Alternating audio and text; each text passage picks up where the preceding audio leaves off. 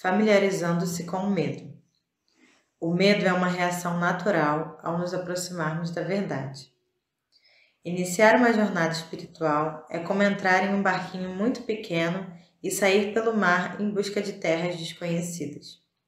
Com a prática sincera vem a inspiração, mais cedo ou tarde encontraremos também o medo. Receamos cair para fora do mundo quando chegarmos ao horizonte. Como todos os exploradores, somos atraídos pela descoberta, mesmo sem saber se teremos coragem para enfrentar o que nos aguarda. Quando nos interessamos pelo budismo e decidimos descobrir o que ele tem a nos oferecer, logo percebemos que existem diferentes pontos de vista em relação a como podemos prosseguir.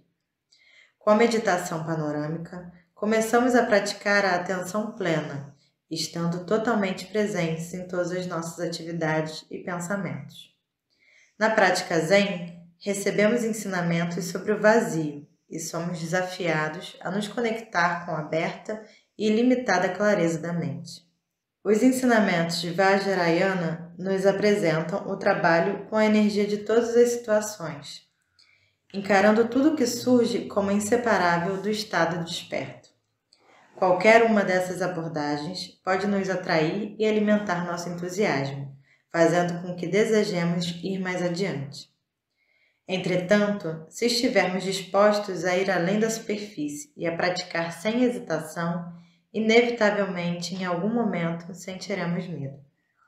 O medo é uma experiência universal, vivida até mesmo pelo menor dos insetos. Quando passamos pelas poças formadas pelas marés e estendemos a mão para os ternos corpos abertos das anêmonas marinhas, elas se fecham. Essa é uma reação espontânea comum a todos. Não há nada de terrível em sentir medo quando enfrentamos o desconhecido. Faz parte de estar vivo e é algo que todos compartilhamos. Reagimos contra a possibilidade da solidão, da morte, de não termos nenhum apoio. O medo é uma reação natural ao nos aproximarmos da verdade. Quando nos comprometemos a ficar exatamente onde estamos, nossa experiência torna-se muito vívida. Se não há nenhum lugar para onde fugir, tudo se torna muito claro. Durante um longo retiro, tive o que me pareceu uma revelação impressionante. Não podemos estar no presente e remoer nossa velha história ao mesmo tempo. Sei que isso parece bastante óbvio, mas quando descobrimos algo assim pela nossa própria experiência, somos modificados. A impermanência torna-se muito vívida no momento presente. O mesmo acontece com a compaixão, o encantamento e a coragem, e também com o medo. Na verdade, qualquer um que se coloque à beira do desconhecido, inteiramente no presente e sem ponto de referência, experimenta a sensação de não ter onde se apoiar. É aí que nossa compreensão se aprofunda, que descobrimos que o momento presente é um lugar bastante vulnerável, e essa experiência pode ser completamente terna e desconcertante ao mesmo tempo. Quando iniciamos nossa exploração, temos todo tipo de ideal e expectativa. Procuramos respostas que satisfaçam anseios muito antigos e a última coisa que queremos é um reencontro com o bicho-papão. Outras pessoas, é claro, tentam nos avisar.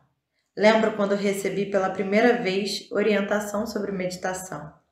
A pessoa que me instruía descreveu a técnica, explicou-me como deveria praticar e acrescentou: "Mas, por favor, não saia daqui pensando que meditar seja o mesmo que tirar férias da insatisfação." Por alguma razão, nenhuma dessas advertências nos convence. Na verdade, elas nos atraem mais ainda. Estamos falando de conhecer o medo, de nos familiarizarmos com ele e de olhá-lo bem nos olhos, não como um método para resolver problemas, mas como uma total desconstrução de nossas antigas maneiras de ver, ouvir, pensar, sentir cheiros e sabores. A verdade é que, a partir do momento em que realmente iniciamos esse processo, nós nos tornamos cada vez mais modestos. Não haverá muito espaço para a arrogância que pode resultar do apego a nossos ideais. A arrogância que inevitavelmente surge será incessantemente aniquilada pela nossa própria coragem de dar mais um passo adiante.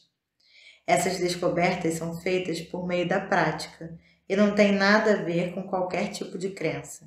Estão muito mais relacionadas com a coragem de morrer, com a coragem de morrer continuadamente. Tanto as instruções sobre atenção plena ou vazio, quanto o trabalho com energia apontam na mesma direção.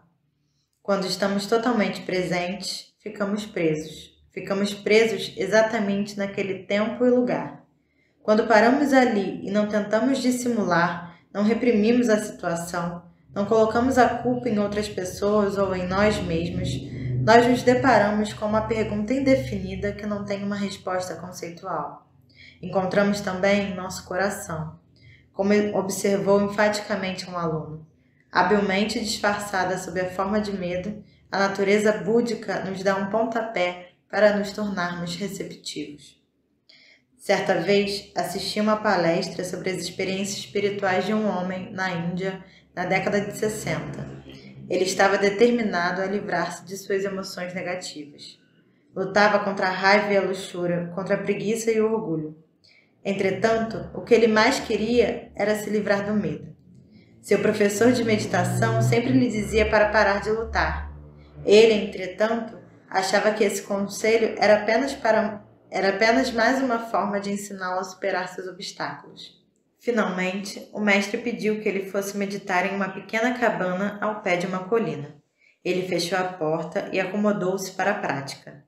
Quando começou a escurecer, acendeu 3 pequenas velas. Por volta da meia-noite, ouviu um barulho no canto da sala e, em meio à escuridão, viu uma enorme serpente que olhava para ele como uma naja, balançando-se bem à sua frente. A noite toda ele permaneceu muito alerta, os olhos cravados nela. Sentia tanto medo que não podia se mover. Só via ele, a cobra e o medo. Pouco antes do amanhecer, a última vela apagou-se e ele começou a chorar. Chorou não por desespero, mas por ternura. Sentiu o anseio de todos os animais e pessoas do mundo. Reconheceu sua alienação e luta. Toda sua meditação não havia sido nada além de mais separação e esforço. Ele aceitou de fato e irrestritamente, que sentia raiva e inveja, que resistia e lutava e que estava com medo. Aceitou também o fato de ser algo precioso, além de qualquer limite, sábio e tolo, rico e pobre, totalmente insondável. Sentiu-se tão grato que, na completa escuridão, levantou-se, caminhou até a cobra e fez uma reverência. Então, deitado no chão, adormeceu profundamente. Quando acordou, a serpente havia desaparecido. Ele nunca soube se ela tinha sido fruto de sua imaginação ou se realmente havia estado ali. Isso parecia não importar. No final da palestra, relatou que essa grande intimidade com o medo fizera com que seus dramas desmoronassem e ele finalmente deixou-se tocar pelo mundo que o rodeava. Ninguém nos aconselha a parar de fugir do medo.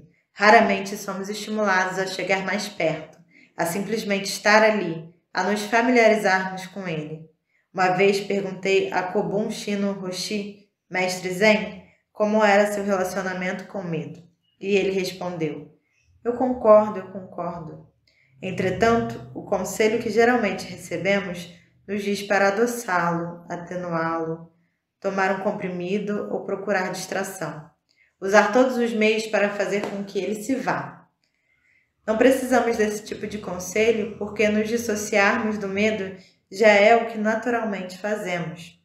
Normalmente entramos em pânico e perdemos o controle, mesmo diante da mais leve sugestão de medo. Sentimos que ele se aproxima e nos afastamos. É bom saber que agimos assim, não para nos punirmos, mas como uma forma de desenvolver compaixão incondicional. Não há nada mais doloroso que a maneira pela qual enganamos a nós mesmos diante do momento presente. Às vezes, entretanto, ficamos encurralados. Tudo se desintegra e ficamos sem opções de fuga. Em momentos assim, as mais profundas verdades espirituais parecem muito diretas e simples. Não há esconderijo. Percebemos isso como qualquer outra pessoa o faz, melhor que qualquer outra pessoa. Mais cedo ou mais tarde compreendemos que, embora não possamos fazer com que o medo seja agradável, É ele que acabará por nos colocar diante de todos os ensinamentos que algum dia lemos ou ouvimos. Portanto, considere-se com sorte na próxima vez em encontrar o medo, pois é nesse ponto que entra a coragem. Geralmente pensamos que as pessoas corajosas não sentem medo, mas a verdade é que elas estão familiarizadas com ele. Quando éramos recém-casados, meu marido me disse que eu era uma das pessoas mais corajosas que ele já havia encontrado. Quando perguntei a razão disso, explicou que eu era totalmente covarde, mas mesmo assim seguia em frente e fazia o que precisava ser feito. O truque está em continuar explorando e não desistir, mesmo quando descobrimos que algo é diferente do que imaginávamos. Essa descoberta se repetirá inúmeras vezes, pois nada é como imaginamos. Posso fazer essa afirmação com muita segurança. O vazio não é o que pensávamos, nem a atenção plena, o medo ou a compaixão. Amor, natureza búdica, coragem. Essas palavras são códigos que representam o que não conseguimos compreender intelectualmente, mas que qualquer um de nós pode sentir. São palavras que nos indicam o que a vida realmente é quando deixamos que as coisas se desintegrem e nos permitimos estar ligados ao momento presente.